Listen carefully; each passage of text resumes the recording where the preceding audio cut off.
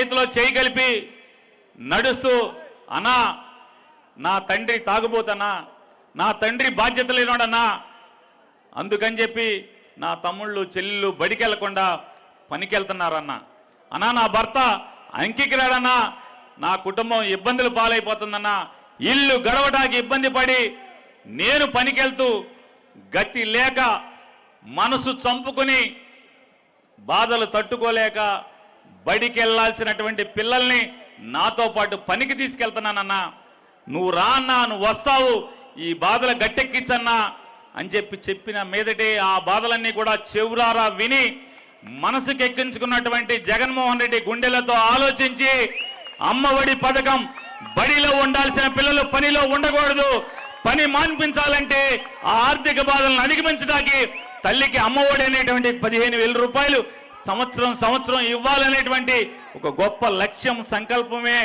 ఇవాళ అమ్మఒడి పథకం. జగన్ నమ్ముతాడు ఒకటి, ముఖ్యమంత్రులు మారుతూ ఉంటారు, ప్రభుత్వాలు మారుతుంటాయి, జనం ఓటేసినప్పుడల్లా ఎన్టీ రామారావుకి వెళ్ళిపోయి ఒక మర్రి చెన్నారెడ్డి వచ్చాడు, లేదా ఒక విజయభాస్కర్ రెడ్డి వెళ్ళిపోయి మళ్ళీ ఎన్టీ రామారావు వచ్చాడు, ఎన్టీ రామారావుని కూలదోసి చంద్రబాబు వచ్చాడు, చంద్రబాబుని పడిపో జనం పడగొడితే రాజశేఖర రెడ్డి గారు వచ్చాడు, రాజశేఖర రెడ్డి గారు మరణిస్తే రోసయ్య వచ్చాడు, కిరణ్ కుమార్ రెడ్డి వచ్చాడు, మళ్ళీ చంద్రబాబు వచ్చాడు, మళ్ళీ వాళ్ళ జగన్మోహన్ రెడ్డి గారు వచ్చాడు. ఎంతమంది ముఖ్యమంత్రులు మారుతున్నా ఈ రాష్ట్రంలోని పేదవాడి కుటుంబం పేదరికంలో ఉంటుంది తప్పితే దానిలో మార్పు అనేది ఎప్పటికీ రాదు. కేవలం పేదవాడి ఇంట్లో పిల్లల ఉన్నత చదువుల ద్వారా మాత్రమే ఆ ఇంట్లో పేదరికం పోతుందని నమ్మినవాడు జగన్మోహన్ రెడ్డి. అందుకోసమే ఈ పేదరికం పారదోలటం కోసమే ప్రభుత్వ బడుల మీద, పేదవాళ్ల పిల్లలు చదివేటువంటి ప్రభుత్వ బడుల మీద 16,000 కోట్ల రూపాయలని ఖర్చు పెట్టి ఇవాళ పేదవాళ్ళ పిల్లలకి, డబ్బున్న వాళ్ళ పిల్లలతో పోటీగా చదువు నేర్పించేదానికి ఇవాళ ఎంత కష్టపడి పనిచేస్తున్నాడు. ఇదొక్కసారి మనం ఆలోచించాల్సిన పరిస్థితి. ఇవాళ పేదవాడి మీద పెట్టేటువంటి ఈ పెట్టుబడి అభివృద్ధి కాదా అని మిమ్మల్ని అడుగుతున్నా. ఎవరైతే అభివృద్ధి లేదు, పంపిణీ ఉంది, డబ్బులు పంచుతున్నాడు, సంక్షేమం ఉంది, అభివృద్ధి లేదని, ఇది అభివృద్ధి కాదా అని చెప్పి అడుగుతున్నాను.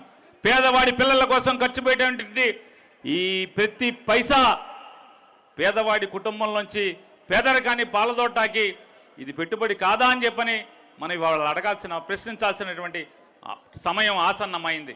ఇవాళ జగన్మోహన్ రెడ్డి గారు ఏది చేసినా ఇవాళ ప్రభుత్వ బడులే కాదు, ఆసుపత్రులు, ఇవాళ ఈ రాష్ట్రంలో 17 మెడికల్ కాలేజీలు, 8,000 కోట్ల రూపాయలు పెట్టి 17 మెడికల్ కాలేజీలు కొత్తగా తీసుకొచ్చాడు.